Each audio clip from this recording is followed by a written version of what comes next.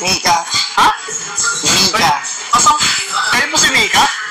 Si Mika. Sa Bini. Parang iba po kayo sa personal pala, no? Sexy pa pala kayo sa personal. Upo po muna kayo. Oo.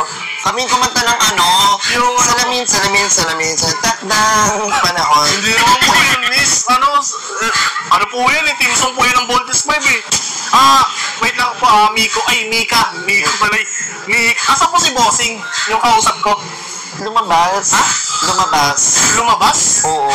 Siya po kasi Kumanta ng ang sarap ng coffee ko. Hindi po. Hindi po. Salamin sa takdang panahon.